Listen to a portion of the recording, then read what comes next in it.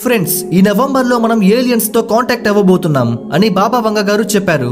ఈమె ఏం చెప్పిందంటే 2025 నవంబర్ లో మనుషులు అనదర్ ప్లానెట్స్ లో ఉన్న ఏలియన్స్ తో కలుస్తారని. It's just a prediction. అయితే విషయం ఏంటంటే గంటకి 2,10,000 కిలోమీటర్ల వేగంతో ఒక ఆబ్జెక్ట్ మన భూమి వైపుకి దూసుకు వస్తుంది. దీని weight 33 billion tons and 5.6 kilometres diameter తో ఉంది. ఇంత వెయిట్ ఉన్న ఒక ఆబ్జెక్ట్ ఇంత స్పీడ్ తో ఎప్పుడూ ట్రావెల్ చేయలేదు, కానీ ఈ ఆబ్జెక్ట్ చేస్తుంది. అంటే ఇది అవుటర్ స్పేస్ నుండి, అంటే సెంటర్ ఆఫ్ ది గెలాక్సీ నుండి మన సోలార్ సిస్టమ్ లోకి ఎంటర్ అయ్యింది.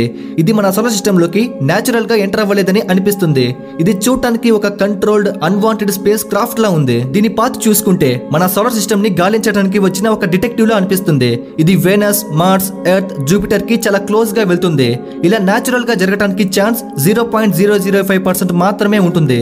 కానీ కావాలనే ఈ ఆబ్జెక్ట్ ఇలా ఈ 4 ప్లానెట్స్ కి క్లోజ్ గా వెళ్తుందని హార్వర్డ్ యూనివర్సిటీ సైంటిస్టులు చెప్తున్నారు. ఈ ఆబ్జెక్ట్ నవంబర్ లో మన ఎర్త్ కి క్లోజ్ గా వస్తుంది. ఏ సోలార్ సిస్టమ్ లో అయినా సరే ఫస్ట్ 4 ప్లానెట్స్ లో లైఫ్ ఉండడానికి ఉండే ఛాన్స్ ఉంటుంది. ఆ 4 ప్లానెట్స్ హాబిటబుల్ జోన్ లో ఉంటాయి కాబట్టి ఏలియన్స్ ఆబ్జెక్ట్ ని కావాలని మనకి క్లోజ్ గా పంపించి మన గురించి ఇన్ఫర్మేషన్ ని తెలుసుకోవచ్చని సైంటిస్టులు చెప్తున్నారు.